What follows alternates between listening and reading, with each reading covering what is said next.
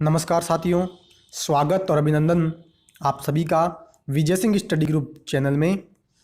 मैं विजय सिंह और फ्रेंड्स हम चर्चा कर रहे थे इंडियन पॉलिटी के बारे में। और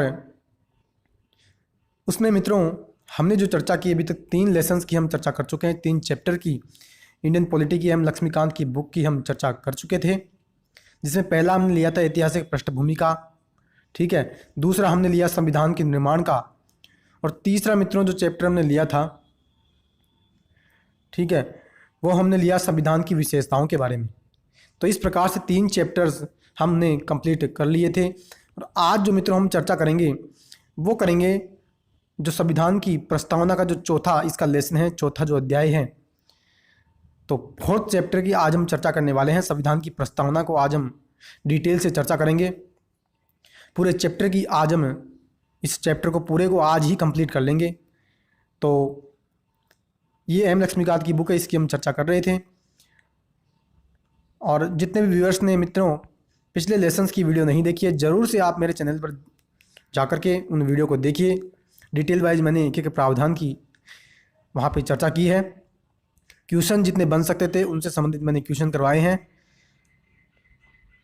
अब मित्रों देखिए, हम चर्चा स्टार्ट करते हैं, लेकिन उससे पहले अगर आपने अभी तक चैनल को सब्सक्राइब नहीं किया है, आप मित्रों मेरे चैनल को ज़रूर से सब्सक्राइब कर लें और घंटी का जो बटन है उसके ऑल पर आप क्लिक कर लें, ताकि सभी वीडियो के नोटिफिकेशन आपको मिल जाएंगे। क्लियर है?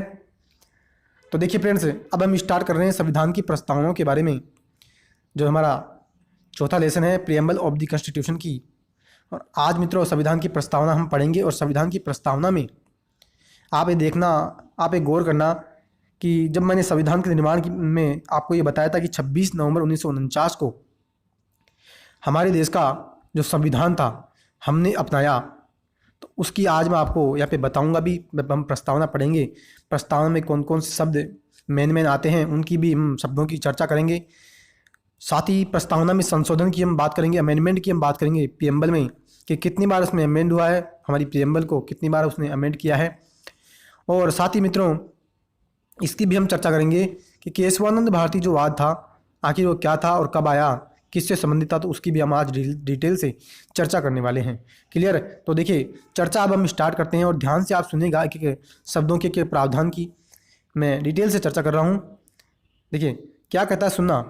पहली इंपॉर्टेंट बात शुरुआत में ही आ रही है कि सर्वप्रथम कब सबसे पहले अमेरिकी संविधान में प्रस्तावना को सम्मिलित किया गया। यानी मित्रों एग्जाम में अगर क्वेश्चन आ जाए कि सबसे पहले जो प्रस्तावना संविधान में कब और कहाँ पे, यानी संविधान में कॉन्स्टिट्यूशन में कौन से देश ने सबसे पहले प्रीएम्बल को अपनाया, तो ध्यान रखना अमेरिका का जो संविधान है उसने सबसे पहले प्रस्तावना को अपनाया था अपने संविधान में। क्लियर है? एक फैक्चुअल क्वेश्चन यहाँ से बना। दूसरी देखो, नेक्स्ट बात करें, तदुपरांत कई अन्य देशों ने इसे अपनाया जिनमें भारत भी शामिल है। यानी मित्रों सबसे पहले अमेरिका ने प्रस्तावना को अपना लिया। क्लियर? अब प्रस्तावना को अपनाने के बाद बहुत से ऐसे देश थे जिन्होंने भी प्रस्तावना को अपनाया है और जिनमें भारत देश भी हमारा शामिल है। क्लियर? यहाँ तक बात आशा करता हूँ आपको समझ आई। नेक्स्ट देखो क्या कहता है, कहता है कि प्रस्तावना में संविधान का सार होता है। अब ये देखिए, प्रस्तावना आपसे पूछ ले कि प्रस्तावना आखिर होती क्या है, तो प्रस्तावना में मित्रों क्या होता है, संविधान हमारा जो कॉन्स्टिट्यूशन है उस पूरे कॉन्स्टिट्यूशन को आप पढ़ लीजिए और या फिर आप जो है प्रस्तावना को पढ़ लीजिए। ठीक है? तो निचोड़ जो होता है संविधान का वो हमारी किस में होता है, प्रीएम्बल में, प्रस्तावना में होता है। क्लियर? अब देखो नेक्स्ट ये कहता है कि प्रख्यात न्यायविद व संविधान विशेषज्ञ, क्या प्रख्यात न्यायविद व संविधान विशेषज्ञ एन पालकीवाला ने प्रस्तावना को संविधान का परिचय पत्र कहा है। ये भी मित्रों यहाँ से क्वेश्चन बनने की पूरी संभावना है कि किसने संविधान को, यानी किसने हमारे प्रस्तावना को संविधान का परिचय पत्र कहा है। तो ध्यान रखना एन पालकीवाला ने संविधान का परिचय पत्र कहा है हमारी प्रीएम्बल को। हमारी जो कॉन्स्टिट्यूशन है, इंडियन कॉन्स्टिट्यूशन की जो प्रीएम्बल है उसे संविधान का परिचय पत्र एन पालकीवाला ने कहा है। क्लियर है? आई होप कि आपको यहाँ तक की बात अच्छी प्रकार से समझ आई है। नेक्स्ट की बात करें मित्रों, नेक्स्ट देखो क्या कहता है कि भारतीय संविधान की प्रस्तावना पंडित नेहरू द्वारा पेश किए गए एवं संविधान सभा द्वारा अपनाए गए उद्देश्य प्रस्ताव पर आधारित है। क्या जवाहरलाल नेहरू जी ने जो उद्देश्य प्रस्ताव पेश किया था संविधान सभा में, उद्देश्य प्रस्ताव मित्रों कब पेश किया था, मैंने आपके साथ डिटेल से क्वेश्चंस के लेसन में भी चर्चा की थी, साथ ही पूरा जब चैप्टर पढ़ाया संविधान का निर्माण का तब उसमें भी चर्चा की थी। तो आपको मित्रों जरूर से कमेंट बॉक्स में कमेंट करना है कि पंडित जवाहरलाल नेहरू जी ने संविधान सभा में कब उद्देश्य प्रस्ताव पेश किया था। मैं ये मानकर चलता हूँ कि आपको इसका आंसर याद होगा, और मैं ये मानकर चलता हूँ कि अगर आपने मान लीजिए कमेंट नहीं किया तो इसका मतलब है आपको इसका आंसर नहीं आता, इसलिए आपने इसका कमेंट नहीं किया है। क्लियर है? तो ये कहना चाह रहा है मित्रों कि हमारी जो प्रस्तावना है ना वो किस पर आधारित है, किसके बेसिस पर बनी हुई है। तो हम इसको ये मान सकते हैं कि हमारा जो उद्देश्य प्रस्ताव जब जवाहरलाल नेहरू जी ने संविधान सभा में पेश किया, जिसमें कि संविधान की झलक थी, किस में? उद्देश्य प्रस्ताव में। तो उसी उद्देश्य प्रस्ताव पर हमारे जो संविधान की प्रस्तावना है वो उस उद्देश्य प्रस्ताव पर आधारित है। क्लियर है? आई होप कि मित्रों यहाँ तक आपको अच्छी प्रकार से पूरा मैंने जो समझा है वो आपको पूरी बात समझ में आई है। क्लियर है? अब मित्रों हम जो चर्चा करेंगे, किसकी चर्चा करेंगे मित्रों? अब जो चर्चा करने वाले हैं हम वो करेंगे संविधान की प्रस्तावना की विषय वस्तु, यानी पूरी प्रस्तावना हम पढ़ेंगे। प्रस्तावना में कौन कौन सी बातें शामिल है, प्रस्तावना में क्या हमने चीज़ें शामिल कर रखी है। तो विषय वस्तु का मतलब प्रस्तावना क्या है, पूरी प्रस्तावना को हम पढ़ेंगे। ठीक है? डिटेल से मित्रों पूरी प्रस्तावना को मैं यहाँ पे आपके साथ डिटेल से समझाने वाला हूँ, एक एक शब्द की। गौर से आप सुनना, एक एक शब्द के बारे में मैं आपके साथ यहाँ पे डिटेल से चर्चा करूँगा प्रस्तावना में। ठीक है? अब देखिए प्रस्तावना की शुरुआत हम कर रहे हैं, ध्यानपूर्वक आप सुनना। देखो क्या कहता है कि हम भारत के लोग भारत को एक संपूर्ण प्रभुत्व संपन्न समाजवादी धर्मनिरपेक्ष, क्या?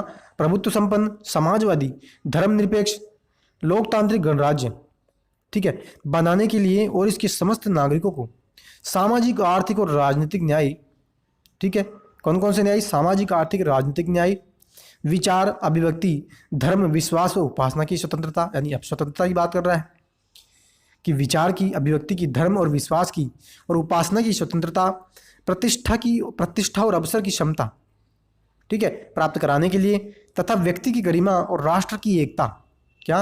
व्यक्ति की जो डिग्निटी है, सम्मान जो है, गरिमा है जो है, और राष्ट्र की एकता यानी यूनिटी तथा अखंडता सुनिश्चित करने वाला। नेक्स्ट कहता है बंधुत्व बढ़ाने के लिए दृढ़ संकल्पित होकर के अपनी इस संविधान सभा में आज दिनांक 26 नवंबर 1949 को एतद द्वारा संविधान को अंगीकृत, अधिनियमित और आत्मार्पित करते हैं। क्लियर है? 26 नवंबर 1949 की यहाँ पे डेट आ गई है, ठीक है, जिसकी मैंने आपके साथ संविधान के निर्माण में चर्चा की थी कि हमारे देश का संविधान जो हमने अपनाया वो अपनाया 26 नवंबर 1949 को, और संविधान जो हमारे देश का लागू हुआ वो हुआ 26 जनवरी 1950 को। क्लियर है? तो ये पूरी प्रस्तावना मैंने आपके साथ पढ़ दी है।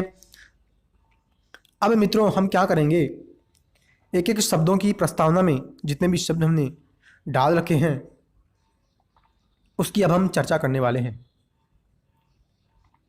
तो देखिए क्या कहता है, सुनिएगा ध्यानपूर्वक। हम भारत के लोगों की पहले यहाँ पे बात की जाती है। पहला देखो, हम भारत के लोग, अब कौन से लोग, यानी हमारे लिए कह रहा है, जो पढ़ने वाला है, जो इस प्रस्तावना को पढ़ रहा है, या जितने भी लोग भारत में हैं वे सभी अपने लिए कह रहे हैं कि हम भारत के जो लोग हैं वो भारत को एक संपूर्ण प्रभुत्व संपन्न, कौन सा? संपूर्ण प्रभुत्व संपन्न का मतलब भारत जो देश है वो पूरा भारत देश प्रभुत्व संपन्न है, यानी अपने देश से संबंधित निर्णय अगर वो लेना चाहेगा, डिसीजन अगर अपने कंट्री से संबंधित अगर उसको लेना है तो किसी भी देश के, अन्य देश के दबाव में रह करके वो किसी भी प्रकार का डिसीजन, कंक्लूजन नहीं निकालेगा। यानी संपूर्ण प्रभुत्व संपन्न है, यानी वो स्वतंत्रतापूर्वक अपने देश से संबंधित किसी भी प्रकार का बाह्य या आंतरिक निर्णय अगर डिसीजन लेगा तो अपने बलबूते पर लेगा, किसी के दबाव में लेकर के नहीं लेगा। क्लियर? ये संपूर्ण प्रभुत्व संपन्न की शब्द की चर्चा की। समाजवादी, यानी अब इसमें समाजवाद की भी बात करते हैं, जिसमें कि लोकतांत्रिक समाजवाद की हम बात करते हैं। धर्मनिरपेक्ष की, सभी धर्मों को हमने समान बल दिया है। लोकतांत्रिक गणराज्य, जहाँ पे सभी को समान अवसर में प्रदान कर सके, समतामूलक एवं शोषण मुक्त समाज हो, बनाने के लिए, यानी ऐसा भारत हम बनाने के लिए क्या करेंगे, और आगे कहता है इसके समस्त नागरिकों को, जितने भी भारत देश के नागरिक हैं उनको हम सामाजिक आर्थिक और राजनीतिक न्याय प्रदान करेंगे। क्लियर है? विचार अभिव्यक्ति धर्म विश्वास और उपासना की स्वतंत्रता देंगे, यानी इन विचारों की, धर्म की, विश्वास की, उपासना की हम उनको आज़ादी देंगे। फिर कहता है प्रतिष्ठा और अवसर की क्षमता हम उनको प्राप्त कराएंगे, यानी समानता का अधिकार हम उनको देंगे, व्यक्ति की गरिमा उससे बनी रहे, राष्ट्र की एकता भी उसको बनी रहे, इसके लिए हम क्या करेंगे, अखंडता सुनिश्चित करने वाला, बंधुत्व बढ़ाने के लिए दृढ़ संकल्पित होकर के हम क्या करेंगे कि इस संविधान सभा में आज 26 नवंबर 1949 को हम इस संविधान को अंगीकृत करते हैं, अधिनियमित करते हैं और अपने आप में आत्मार्पित करते हैं। क्लियर है। अब ये देखिए डिटेल से हम चर्चा करेंगे मित्रों प्रस्तावना के स्रोतों के बारे में। प्रस्तावना हमने पढ़ ली है, प्रस्तावना में कौन कौन से मुख्य मेन जो वर्ड्स आए थे उनकी हम डिटेल से आगे चर्चा करेंगे। अब हम चर्चा करते हैं, जो करते हैं वो करेंगे प्रस्तावना के तत्वों की।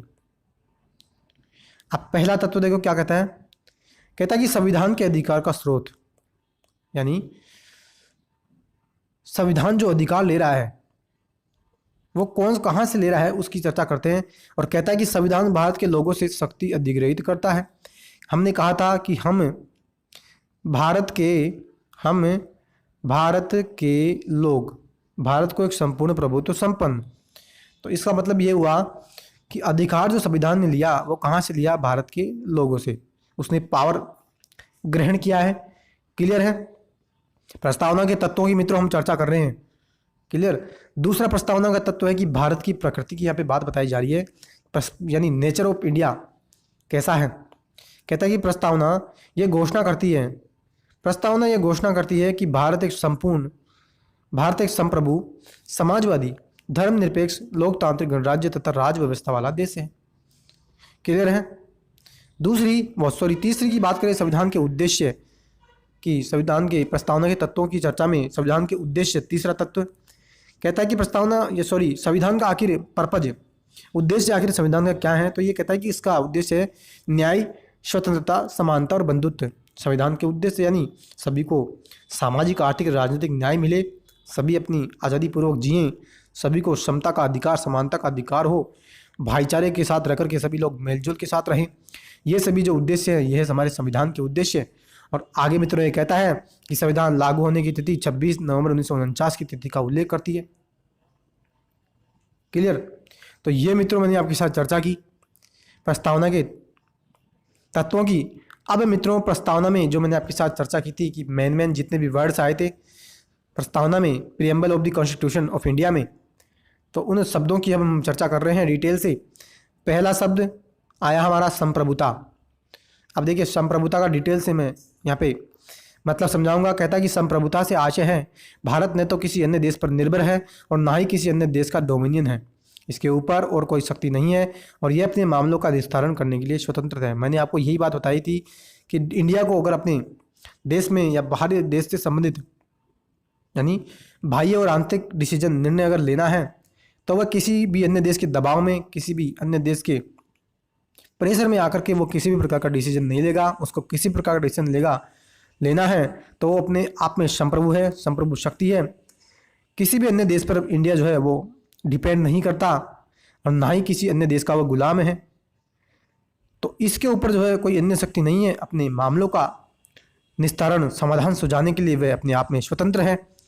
क्लियर। ये पहला शब्द हमारे देश की संविधान की जो प्रस्तावना है उसमें आया, तो इसकी मैंने आपके साथ चर्चा की। दूसरा मित्रों मेन शब्द जो आया वो आया समाजवादी। अब कहता है कि 42वें संविधान संशोधन अधिनियम 1976 के माध्यम से संविधान में हमने समाजवाद शब्द को जोड़ा था। क्लियर है। तो ये इंपॉर्टेंट है मित्रों। और लास्ट में इस बात की हम चर्चा भी करेंगे कि 42वें संशोधन अधिनियम के द्वारा हमने संविधान में कौन कौन से शब्द जोड़े हैं। तो पहले यहाँ पे चर्चा हम कर लेते हैं कि ये कह रहा है कि समाजवादी जो शब्द था वो पहले हमारी संविधान की प्रस्तावना में नहीं था। क्लियर है। इसका मतलब ये है कि 42वें संविधान संशोधन अधिनियम 1976 जब हमने लाया उसके माध्यम से हमने समाजवाद शब्द को इंडिया की प्रस्तावना जो संविधान है उसमें हमने जोड़ दिया। और देखो समाजवाद का मतलब यहाँ पे समझाया जा रहा है। कहता है कि भारतीय समाजवाद जो है वो एक लोकतांत्रिक समाजवाद है, न कि साम्यवादी समाजवाद। यानी कि इंडिया में हमने जो समाजवाद शब्द को यूज किया भारत के संविधान की प्रस्तावना में, उस समाजवाद शब्द का यहाँ पे मतलब बताया जा रहा है। और ये कह रहे हैं कि हमारे देश का जो समाजवाद है वो समाजवाद कैसा है, लोकतांत्रिक यानी जनतांत्रिक, जिसमें जनता के पास जनता के द्वारा शासन करने का अधिकार है। और ये कहता है कि लोकतांत्रिक जो समाजवाद है वो हमारे देश की संविधान की प्रस्तावना में शामिल किया है। साम्यवादी समाजवाद हमारे देश का समाजवाद नहीं है, जिसमें उत्पादन और वितरण के सभी साधनों का राष्ट्रीयकरण होता है और निजी संपत्ति का उन्मूलन शामिल होता है। आगे कहता है कि लोकतांत्रिक समाजवाद का जो उद्देश्य है, जो कि हमारे देश की संविधान में हमने अपनाया, इसका उद्देश्य यह है कि लोकतांत्रिक समाजवाद के उद्देश्य कहता है कि गरीबी, उपेक्षा, बीमारी और अवसर की असमानता जो होती है, इनइक्वलिटी जो होती है, उसको हमने समाप्त करना है, उन्मूलन करना है। क्लियर है? यानी लोकतांत्रिक समाजवाद का मतलब मित्रों यहाँ पे ये बता रहा है और कह रहा है कि उद्देश्य जो लोकतांत्रिक समाजवाद का हमने लिया वो लिया कि गरीबी हमें समाप्त करनी है इंडिया से, उपेक्षा यानी वंचित वर्ग जो रह जाते हैं तो ऐसे वर्ग नहीं रहे, सभी को जो है समान अवसर प्राप्त हों। बीमारी के कारण व्यक्तियों की ज़्यादा मृत्यु होती है और अवसर की जो असमानता होती है, इनइक्वलिटी जो होती है, उसको हम समाप्त करना चाहते हैं। इसलिए हमने हमारे देश के संविधान में लोकतांत्रिक समाजवाद को अपनाया है। क्लियर? ये दो शब्दों की मित्रों हमने अभी तक चर्चा की जो हमारी प्रस्तावना में शामिल थे। तीसरा जो मुख्य शब्द है बहुत ही इंपॉर्टेंट है और अधिकतर यानी अक्सर ये मामला हाईलाइटेड भी रहता है। सेकुलरिज्म की जब अब हम चर्चा कर रहे हैं, धर्मनिरपेक्ष की हम चर्चा कर रहे हैं, कहता है कि धर्मनिरपेक्ष शब्द को 42वें कॉन्स्टिट्यूशन अमेंडमेंट एक्ट 1976 के द्वारा हमारे देश की संविधान की प्रस्तावना में हमने जोड़ा। भारतीय संविधान में धर्मनिरपेक्षता की सभी अवधारणाएं विद्यमान हैं। क्या? एक तो मैंने आपको बताया था कि समाजवाद शब्द को हमने इंडिया की प्रस्तावना संविधान की जो है उसमें हमने जोड़ा। दूसरा शब्द आ रहा है कि धर्मनिरपेक्ष जो शब्द है उसको भी हमने संविधान की प्रस्तावना में जोड़ा 42वें संविधान संशोधन अधिनियम 1976 के माध्यम से। और ये कहता है कि भारत का जो संविधान है उसमें बहुत सी ऐसी चीज़ें हमने शामिल कर रखी है जो ये बताती है कि हाँ, हमारे देश का जो संविधान है वो एक धर्मनिरपेक्ष संविधान है, जो एक किसी विशेष धर्म विशेष को ज़्यादा तवज्जो नहीं देता, सभी धर्मों को समान भाव से देखता है, सभी को समान समर्थन प्रदान करता है। तो कहता है कि हमारे देश में सभी धर्म समान हैं और उन्हें सरकार का समान समर्थन प्राप्त है। यही मित्रों मतलब होता है धर्मनिरपेक्षता का। क्लियर? ये बात मैं आशा करता हूँ कि आपको समझ आई। और कहता है कि 42वें संविधान संशोधन अधिनियम 1976 के द्वारा संविधान में समाजवाद शब्द को जोड़ा गया था। इसकी हमने चर्चा पहले आपके साथ कर ली थी। आई होप कि मित्रों आज का लेक्चर आपको पसंद आ रहा है। अगर मित्रों वीडियो पसंद आ रही है तो प्लीज़ वीडियो को लाइक कीजिएगा, ठीक है? और मित्रों ज़्यादा से ज़्यादा लोगों में आपको इसको शेयर करना है। चैनल को मित्रों आपने अभी तक सब्सक्राइब नहीं किया, आप ज़रूर से चैनल को सब्सक्राइब कर लीजिएगा। घंटी का जो बटन है उसके ऑल पर आपको क्लिक करना है। क्लियर है? तो ये मित्रों मैंने आपके साथ चर्चा की। आगे के शब्द जो हमारी संविधान की प्रस्तावना में है उसकी हम चर्चा करें तो कहता है कि लोकतांत्रिक शब्द आया और उसकी बात करें। भारतीय संविधान में शामिल लोकतांत्रिक शब्द संप्रभुता के सिद्धांत पर आधारित है, अर्थात सर्वोच्च शक्ति जनता के हाथ में है। बिल्कुल सही है। लोकतंत्र का मतलब भी तो हम यही निकालते हैं। लोकतंत्र की जब आपसे डेफिनेशन की हम चर्चा करते हैं संविधान की, हमने जब लोकतांत्रिक शब्द को अपनाया तो ये कह रहा है कि लोकतांत्रिक शब्द का आखिर मतलब यही होता है कि सर्वोच्च शक्ति हमने जनता के हाथ में दी है। और लोकतंत्र की जब हम परिभाषा की बात करते हैं तो जनता के यानी जनता के लिए जनता के द्वारा जनता का जो शासन की हम बात करते हैं उसी को तो हम कहते हैं कि लोकतांत्रिक। और यहाँ पे भी यही कह रहा है कि सर्वोच्च शक्ति हमने जनता के हाथ में दी है। क्लियर? आगे कहता है भारतीय संविधान में प्रतिनिधि संसदीय लोकतंत्र की व्यवस्था है जिसमें कार्यकारिणी अपनी सभी नीतियों और कार्यों के लिए विधायिका के प्रति जवाबदेह होती है। यानी मित्रों जो हमारी संसदीय व्यवस्था की हम बात करते हैं तो उसमें मैंने आपके साथ पिछले लेसन्स में भी चर्चा की थी कि संसदीय व्यवस्था में विधायिका और कार्यपालिका के बीच समन्वय होता है, कोऑर्डिनेशन होता है। और संसदीय व्यवस्था में जो बात करते हैं कार्यपालिका जो मित्रों होती है वो विधायिका के प्रति उत्तरदायी होती है। क्लियर है? तो इसी की बात यहाँ पे कह रहे हैं कि लोकतंत्र की हमने बात की। आगे का जो शब्द हमारी संविधान की प्रस्तावना में आया इंपॉर्टेंट वो है बहुत ही, कहता है पांचवा, उसकी हम चर्चा करें गणतंत्र। पांचवा शब्द है, कहता है गणतंत्र व्यवस्था में राज्य प्रमुख हमेशा प्रत्यक्ष अथवा अप्रत्यक्ष रूप से एक निश्चित समय के लिए चुन करके आता है, जैसे कि अमेरिका में।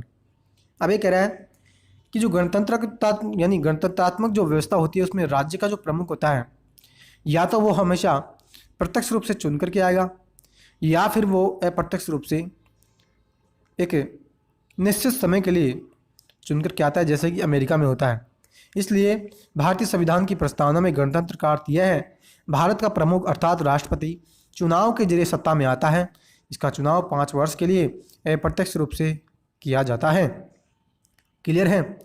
यानी गणतंत्र व्यवस्था की हम बात करते हैं, और मैंने आपके साथ पिछले लेसन्स में भी चर्चा की थी मित्रों कि राष्ट्र का जो प्रमुख होता है वो होता है प्रधानमंत्री पीएम, और राज्य का जो प्रमुख होता है वो होता है राष्ट्रपति। राज्य का मतलब यहाँ पे हम देश से लेते हैं, ध्यान रखना। स्टेट की मैं आपके साथ यहाँ पे चर्चा नहीं कर रहा हूँ। इंडियन पॉलिटी में राज्य शब्द का मित्रों मतलब होता है पूरा देश। ठीक है, तो ये यहाँ पे कह रहा है कि भारतीय संविधान की प्रस्तावना में गणतंत्र का मतलब ये है, हमारे देश का जो राष्ट्रपति है वो अप्रत्यक्ष रूप से हम उसका चुनाव करवाते हैं 5 साल के लिए। हाल ही में हमारे देश के जो राष्ट्रपति है उसका चुनाव संपन्न हुआ, अप्रत्यक्ष रूप से उसका चुनाव संपन्न भी हुआ। समानुपातिक प्रतिनिधित्व प्रणाली के माध्यम से एकल संक्रमण मत सिद्धांत के द्वारा हमने राष्ट्रपति का चुनाव करवा लिया। क्लियर है? 5 वर्ष के लिए राष्ट्रपति का चुनाव हम करवाते हैं। तो ये कह रहा है कि गणतंत्र का मतलब भारत का प्रमुख जो है वो राष्ट्रपति अप्रत्यक्ष रूप से चुना जाता है। क्लियर है? तो ये गणतंत्रात्मक व्यवस्था की भी मैंने आपके साथ चर्चा की 5वें शब्द के बारे में, जो कि संविधान की प्रस्तावना में शामिल है। छठा शब्द जो संविधान की प्रस्तावना में आया वो आया जस्टिस। क्लियर है? न्याय जो आया वो संविधान की प्रस्तावना में आया है मित्रों। कहता है प्रस्तावना 3 प्रकार के न्याय के बारे में हमें जानकारी देती है। कौन कौन से? पहला सामाजिक है, सामाजिक न्याय है, सोशल जस्टिस। दूसरा आर्थिक न्याय, इकोनॉमिक जस्टिस। तीसरा पॉलिटिकल न्याय यानी राजनीतिक जस्टिस। इनकी सुरक्षा मौलिक अधिकार व नीति निर्देशक सिद्धांतों के विभिन्न उपबंधों के जरिए की जाती है। यानी न्याय की अब हम चर्चा कर रहे हैं। और क्या कहता है मित्रों, देखो कहता है कि सामाजिक न्याय की हमने आपके साथ चर्चा की। अब देखो न्याय जो मैंने आपके साथ बताया कि 3 प्रकार के सामाजिक, आर्थिक, राजनीतिक जो न्याय होते हैं, उन न्यायों में, उन जस्टिस में, सामाजिक न्याय में हम किसको शामिल करते हैं? ध्यान रखना मित्रों, बहुत ही इंपॉर्टेंट ये चैप्टर है और ज़रूर से आपको ध्यानपूर्वक इसको सुनते रहना है। देखो क्या कहता है, सामाजिक न्याय में क्या शामिल है? हर व्यक्ति के साथ जाति, धर्म, लिंग के आधार पर कोई भेदभाव नहीं हो। क्लियर है? सामाजिक न्याय का मतलब सामाजिक कारणों के आधार पर आपके साथ किसी भी प्रकार का डिस्क्रिमिनेशन, भेदभाव नहीं हो। और संविधान के अनुच्छेद आर्टिकल 14 और आर्टिकल 15 में जो हम बात करते हैं समानता के अधिकार की, तो उसी का मतलब है सामाजिक न्याय। क्लियर है? आर्थिक न्याय की हम चर्चा करें, इकोनॉमिक जस्टिस, अर्थात आर्थिक कारणों के आधार पर आप किसी भी व्यक्ति के साथ भेदभाव नहीं कर सकते। क्लियर है? यानी किसी, मान लीजिए कोई व्यक्ति गरीब है और कोई व्यक्ति अमीर है, तो उन दोनों के साथ आप समान रूप से भेदभाव, यानी उन दोनों के साथ आप जो है समान रूप से व्यवहार करेंगे, आप उनके साथ भेदभाव नहीं कर सकते। ये आर्थिक कारणों के आधार पर कि एक गरीब है, एक अमीर है, तो अमीर के साथ हम ज़्यादा अच्छा व्यवहार करेंगे, गरीब के साथ कम, ऐसा आप नहीं कर सकते। क्लियर? अब राजनीतिक न्याय की हम बात करें, हर व्यक्ति को समान राजनीतिक अधिकार प्राप्त होंगे। बिल्कुल सही बात है।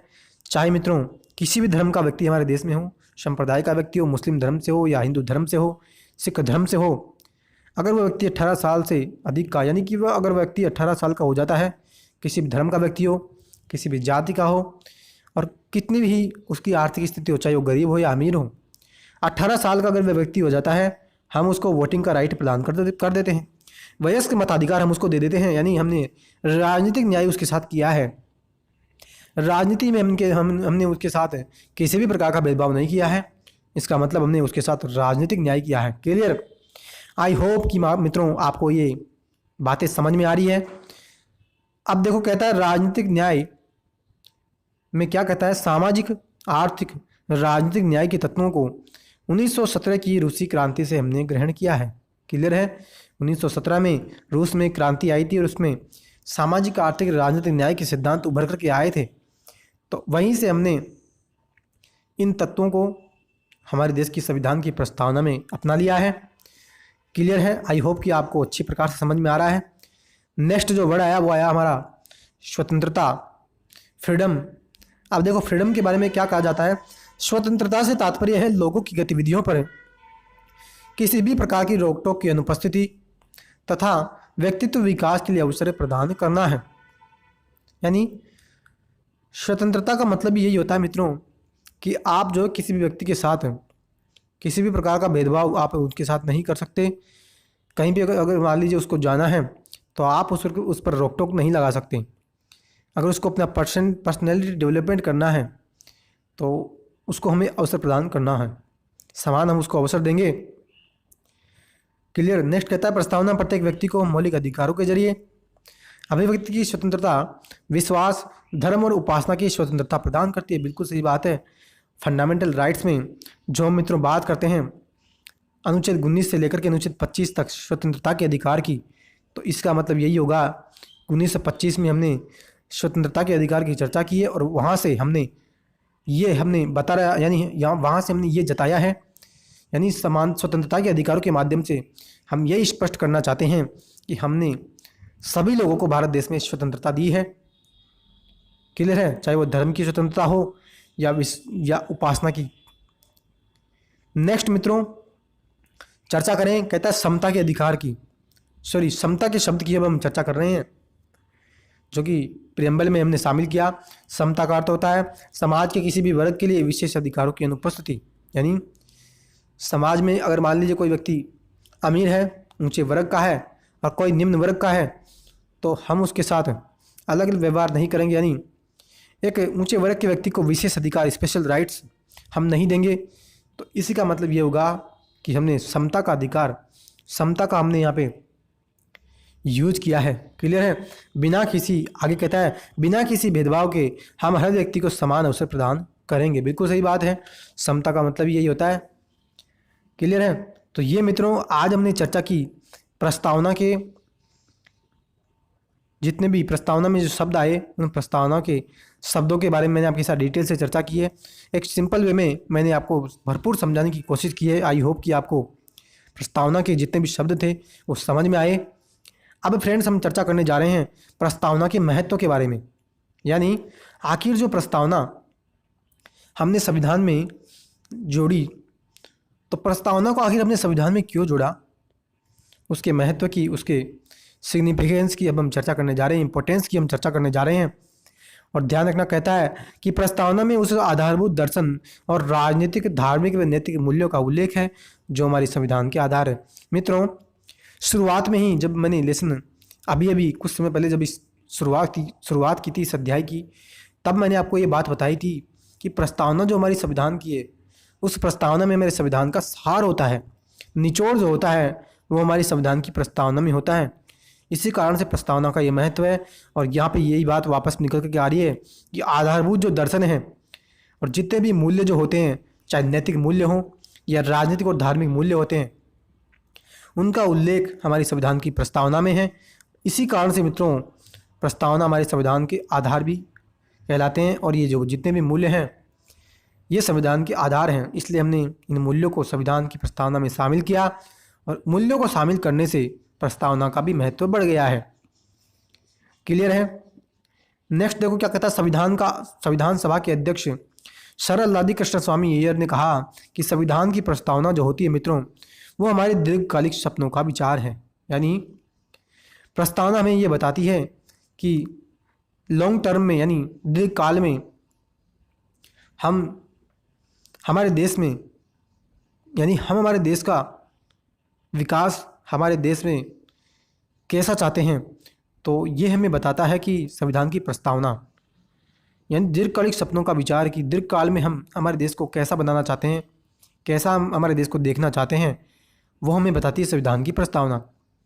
दूसरी चीज़ हमने ये बात की। तीसरा देखो क्या कहता है संविधान सभा के एक सदस्य थे ठाकुरदास भार्गव, उन्होंने ये कहा संविधान की प्रस्तावना के बारे में कि प्रस्तावना जो मित्रों है संविधान का जो एक सबसे सम्मानित भाग है। यानी अगर सबसे सम्मानित भाग संविधान का है तो वो है संविधान की प्रस्तावना। प्रीएम्बल ऑफ द कॉन्स्टिट्यूशन जो है वो संविधान की प्रस्तावना संविधान का सबसे इम्पोर्टेंट, सबसे महत्वपूर्ण सम्मानित भाग है। कहता है ये संविधान की आत्मा है, यानी संविधान की आत्मा है, सोल ऑफ कॉन्स्टिट्यूशन है, संविधान की कुंजी है और संविधान का आभूषण भी है, वो है संविधान की प्रस्तावना। क्लियर है। ये एक उचित स्थान है जहाँ से कोई भी संविधान का मूल्यांकन कर सकता है। यानी अगर हमें हमारे देश के संविधान का अवलोकन करना हो, मूल्यांकन करना हो, तो हम प्रस्तावना के माध्यम से देश का ये मूल्यांकन कर सकते हैं, संविधान का ये मूल्यांकन कर सकते हैं। हाँ, इस देश का संविधान कैसा बना है, इस देश के संविधान में कौन कौन सी चीज़ें शामिल कर रखी है।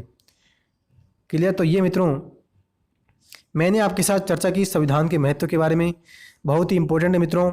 अगर यहाँ से सब्जेक्टिव अगर क्वेश्चन बने संविधान की प्रस्तावना का महत्व बताइए, तो अगर ये 2-3 चीज़ें आपने डाल दी कि इन्होंने ये कहा संविधान की प्रस्तावना के बारे में, ठाकुरदास भार्गव ने ये कहा संविधान की प्रस्तावना के बारे में, और प्रस्तावना जो होती है वो संविधान का निचोड़ है, संविधान का सार है, इसमें नैतिक मूल्यों का उल्लेख है, तो एक अच्छे मार्क्स आप इस क्वेश्चन में गेन कर सकते हैं। क्लियर है? और अधिकतर जो पीसीएस एग्जाम्स होते हैं उनमें यहाँ से क्वेश्चन फ्रिक्वेंटली बनते भी हैं। क्लियर है? तो ये मित्रों मैंने आपके साथ चर्चा की संविधान के महत्व के बारे में। अब मित्रों हम चर्चा कर रहे हैं संविधान के एक भाग के रूप में प्रस्तावना, यानी प्रस्तावना को क्या हम संविधान का भाग मानते हैं या नहीं मानते, उसकी अब हम चर्चा कर रहे हैं। और ध्यान रखना बहुत ही इंपॉर्टेंट है। कहता है बेरूबाड़ी संघ मामले। कौन सा मामला आया मित्रों? एक मामला आया बेरूबाड़ी संघ मामला 1960 में आया। कहता है बेरूबाड़ी संघ मामले 1960 में सुप्रीम कोर्ट ने ये कहा कि प्रस्तावना जो है मित्रों वो संविधान का भाग नहीं है।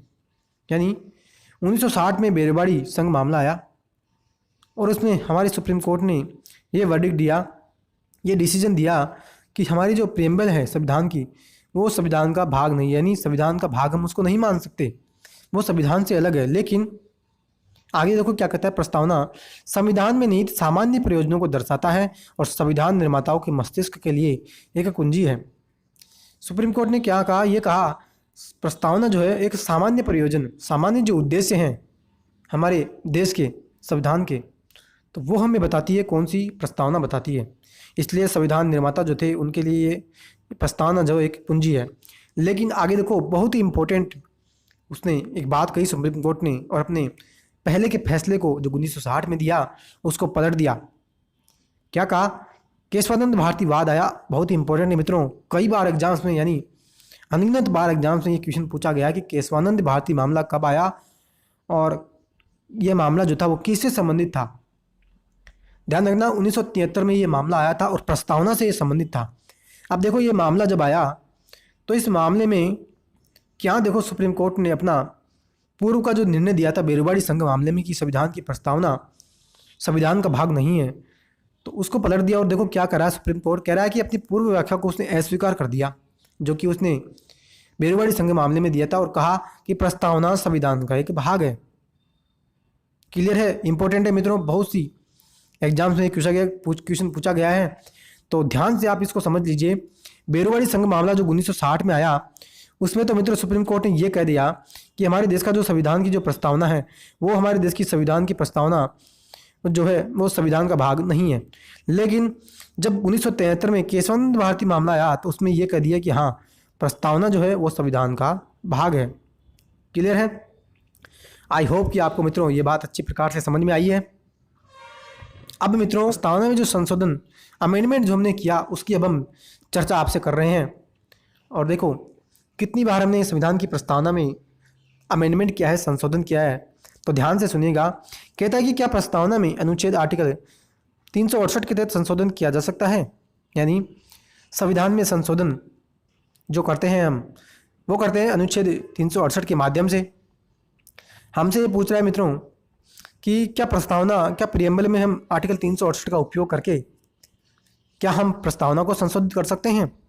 तो ये जो क्वेश्चन, यानी कि ये जो प्रश्न आया वो पहली बार कब आया? ऐतिहासिक केस केशवानंद भारती मामले में। आपसे मैंने आपके साथ अभी चर्चा भी की थी कि केशवानंद भारती जो वाद था 1973 में जो आया वो प्रस्तावना से संबंधित था। क्लियर है? अब देखो क्या कहता है आगे। आगे कहता है कि और ये विचार सामने आया, यानी पहले तो ये करा है कि क्या हम प्रस्तावना में संशोधन अगर करना चाहें तो क्या आर्टिकल 368 का उपयोग करके हम प्रस्तावना में संशोधन कर सकते हैं। तो ये प्रश्न उठा केशवानंद भारती मामले में। क्लियर? अब आगे कहता है कि और फिर ये विचार सामने आया, क्या इस प्रश्न के बाद ये विचार आया कि हम जो है इसमें संशोधन नहीं कर सकते क्योंकि ये संविधान का भाग नहीं है। क्लियर है? लेकिन आगे फिर देखो क्या कहता है, आगे कहता है कि हालांकि सुप्रीम कोर्ट ने कहा प्रस्तावना संविधान का एक भाग है, अतः अतः हम इसमें संशोधन कर सकते हैं, बशर्ते मूल विशेषताओं या मूल ढांचे को हम संशोधित ना करें।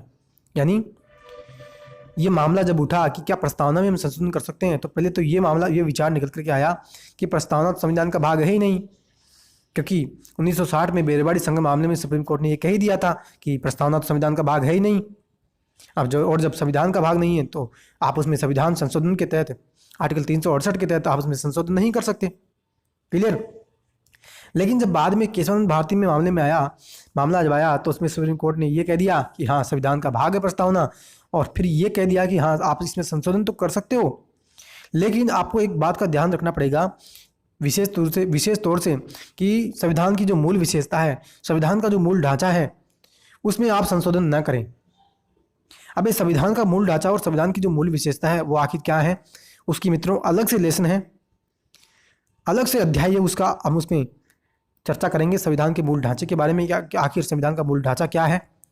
ठीक है, इतना सा आप यहाँ पे ये समझ लीजिए कि संविधान की प्रस्तावना में हमें अगर संशोधन करना है तो बिल्कुल हम कर सकते हैं, लेकिन संविधान का जो मूल ढांचा है वो किसी भी प्रकार से उसको नुकसान न पहुंचे। क्लियर। और आगे मित्रों हम बात करें आज की अंतिम बात, आज के चैप्टर की, आज के लेसन की, अध्याय 4 की, संविधान की प्रस्तावना की। तो कहता है कि अब तक, बहुत ही इंपॉर्टेंट है, ध्यान रखना क्या कहता है, अब तक प्रस्तावना को केवल एक बार, कितनी बार, एक बार, कब, 1976 में 42वें संविधान संशोधन अधिनियम 1976 के माध्यम से, यहाँ पे डेट गलत है मित्रों, 1976 है ये। क्लियर है। 42वें संविधान संशोधन अधिनियम कब आया था, 1976 में आया था। तो ये कह रहा है कि 42वें संविधान संशोधन अधिनियम 1976 के माध्यम से हमने इसको संशोधन किया है केवल एक बार, जिसके जरिए हमने 3 नए शब्दों को इसमें जोड़ा है। क्लियर। कौन कौन से 3 नए शब्द जोड़े आपके साथ मैंने चर्चा कर ली थी, 2 शब्दों की तो समाजवाद की मैंने आपके साथ चर्चा की, धर्मनिरपेक्षता सेकुलरिज्म की आपके साथ चर्चा की लिए, और तीसरा जो शब्द मित्रों हमने जोड़ा था वो हमने जोड़ा अखंडता शब्द को, इस संशोधन को। ठीक है, इन तीनों शब्दों को हमने संविधान की प्रस्तावना में 42वें कॉन्स्टिट्यूशन अमेंडमेंट 1976 के माध्यम से हमने जोड़ा, और आगे कहता है कि इस संशोधन को फिर हमने वैध भी माना था, लीगल हमने इस संशोधन को माना था, क्योंकि सुप्रीम कोर्ट ने यह कह दिया था कि हाँ आप संविधान में संशोधन कर सकते हो, लेकिन आपको मूल ढांचे को ध्यान रखना पड़ेगा कि उसको नुकसान न पहुंचे। और इस प्रकार से मित्रों हमने संविधान की प्रस्तावना में संशोधन किया, केवल एक बार संशोधन किया है, ध्यान रखना। क्लियर है। तो ये मित्रों आज आपके साथ चर्चा की, पूरे संविधान की प्रस्तावना के चैप्टर की डिटेल से हमने चर्चा की। पहले देखो हमने आपके साथ चर्चा की संविधान की प्रस्तावना की, पूरी प्रस्तावना मैंने आपके साथ पढ़ी है, प्रस्तावना के तत्वों की मैंने आपके साथ चर्चा की, फिर प्रस्तावना में जितने भी जो वर्ड्स आए उनकी डिटेल से आपके साथ मैंने चर्चा की। संविधान की प्रस्तावना के बाद हमने प्रस्तावना का इम्पोर्टेंस जाना, सिग्निफिकेंस जाना, महत्व जाना, आखिर प्रस्तावना का महत्व क्या है, और फिर मैंने आपको ये बताया कि हाँ क्या प्रस्तावना संविधान का भाग है या नहीं है, और भाग है तो क्या हम उसमें संविधान की प्रस्तावना में संशोधन कर सकते हैं। केशवानंद भारती मामले की जो 1973 में आया, बेरवाड़ी संघ मामला 1960 में आया, उसकी मैंने आपके साथ चर्चा की। संविधान की मूल विशेषताओं, मूल ढांचे की आपके साथ डिटेल से चर्चा की। अंत में आपके साथ चर्चा की संविधान की प्रस्तावना में हमने एक बार संशोधन किया 42वें कॉन्स्टिट्यूशन अमेंडमेंट 1976 के माध्यम से। ठीक है, 42वें कॉन्स्टिट्यूशन अमेंडमेंट 1976 के माध्यम से हमने संविधान की प्रस्तावना में एक बार मित्रों संशोधन किया है। क्लियर है। तो आई होप कि मित्रों आज का लेक्चर आपको बहुत ही पसंद आया होगा। हमारा लेसन नंबर 4 आज कंप्लीट हुआ। क्लियर है। आज का लेसन आपको कैसा लगा आप ज़रूर से मित्रों कमेंट बॉक्स में कमेंट कीजिएगा। अगर मित्रों वीडियो आज की पसंद आई है तो प्लीज़ वीडियो को लाइक कीजिएगा, ज़्यादा से ज़्यादा दोस्तों में इसको शेयर कीजिएगा। और मित्रों अभी तक भी आपने चैनल को सब्सक्राइब नहीं किया है, आप ज़रूर से मित्रों चैनल को सब्सक्राइब कर लीजिएगा। घंटी का जो बटन है उसके ओर पर आपको क्लिक करना है ताकि सभी वीडियो के नोटिफिकेशन आपको मिल जाएंगे। क्लियर। तो मित्रों आज का ये लेसन कंप्लीट हुआ। अगले लेसन में अब हम पहुंच चुके हैं, अगले अध्याय में हम चर्चा करेंगे। अध्याय जो हमारा 5 होगा उसमें हम संघ और उसका राज्य क्षेत्र की चर्चा करने वाले। यानी मित्रों अब अगले जो अध्याय है उस अगले अध्याय से हमारे अनुच्छेद स्टार्ट हो जाएंगे और हमारे जो संविधान के भाग हैं, ठीक है, सारे भागों की मैं आपके साथ चर्चा कर चुका हूं। संविधान के 22 भाग, कितने भाग मित्रों? संविधान के 22 भाग, और संविधान की जो अनुसूचियां हैं उसकी मैंने आपके साथ डिटेल से चर्चा कर ली है। तो अगर आपने वो लेसन्स की वीडियो नहीं देखी है, ज़रूर से आप मित्रों संविधान की प्लेलिस्ट एक नाम से बनी हुई है, उस पर आप जाइए और वहाँ पे आप पूरे संविधान के लेसन्स पढ़ सकते हैं। और मैंने आपको पहले भी कहा था कि कंप्लीट भारत की राज्य व्यवस्था, इंडियन पॉलिटी, जितने भी एग्जाम्स में आती है, जितने भी क्वेश्चन बन सकते हैं, छोटा से छोटा लेकर के बड़ा से बड़ा, वो सारी पॉलिटी एम लक्ष्मीकांत की बुक है, उसमें समाहित की हुई है। और वो बुक मैं आपको एक बार और बता देता हूँ, ये वाली मित्रों वो बुक है, ये वाली। कौन सी वाली बुक है मित्रों? ये वाली बुक जो है वो है भारत की राज्य व्यवस्था, सिविल सेवा और अन्य राज्य परीक्षाओं में ये यूज में की जाती है। एम लक्ष्मीकांत ने इस बुक को लिखा है। बहुत ही मित्रों हाई लेवल की बुक है, और अगर आपको इंडियन पॉलिटी तैयार करनी है तो आप इस बुक को एक बार पढ़ लीजिए। बाद में आपको कहीं भी किसी भी प्रकार की वीडियो नहीं देखनी पड़ेगी इंडियन पॉलिटी से संबंधित। और मैंने मित्रों आपको बताया था कि मैंने इस बुक को कई बार एग्जाम्स में यूज किया है, कई बार एग्जाम्स में इस बुक को पढ़ा है, और आप विश्वास भी नहीं करेंगे कि 40+ बार मैंने इस बुक को पढ़ा है, तब जाकर के मित्रों मैंने लेसन्स यूट्यूब पर इंडियन पॉलिटी के स्टार्ट किए हैं। हो सकता है कि आप मेरी इस बात का विश्वास नहीं करेंगे, क्लियर है? और अगर आप विश्वास करना चाहें तो आप जो मेरे पढ़ाने का तरीका है, जो एक एक शब्दों की मैं आपके साथ चर्चा करता हूँ लेसन में,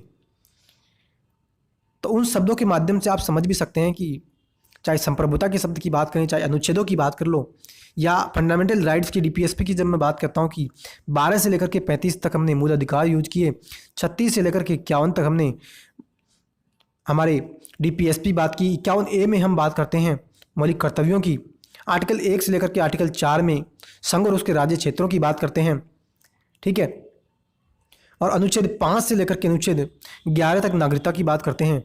तो इन सभी बातों की माध्यम से आप ये समझ सकते हैं कि डिटेल वाइज मैंने आपके साथ यहाँ पे डिस्कशन करवाया है। और मैं जो बात मित्रों आपको बता रहा था कि अब जो हमारा लेसन कंप्लीट शुरुआत जो होगा वो संघ और उसका राज्य क्षेत्र होगा, यानी पहला लेसन हम स्टार्ट करेंगे, अगला जो होगा 5वां लेसन संघ और उसका राज्य क्षेत्र, और वहाँ से हमारे अनुच्छेद स्टार्ट हो जाएंगे, यानी अनुच्छेद 1 से लेकर के अनुच्छेद 4 उसमें आ जाएंगे।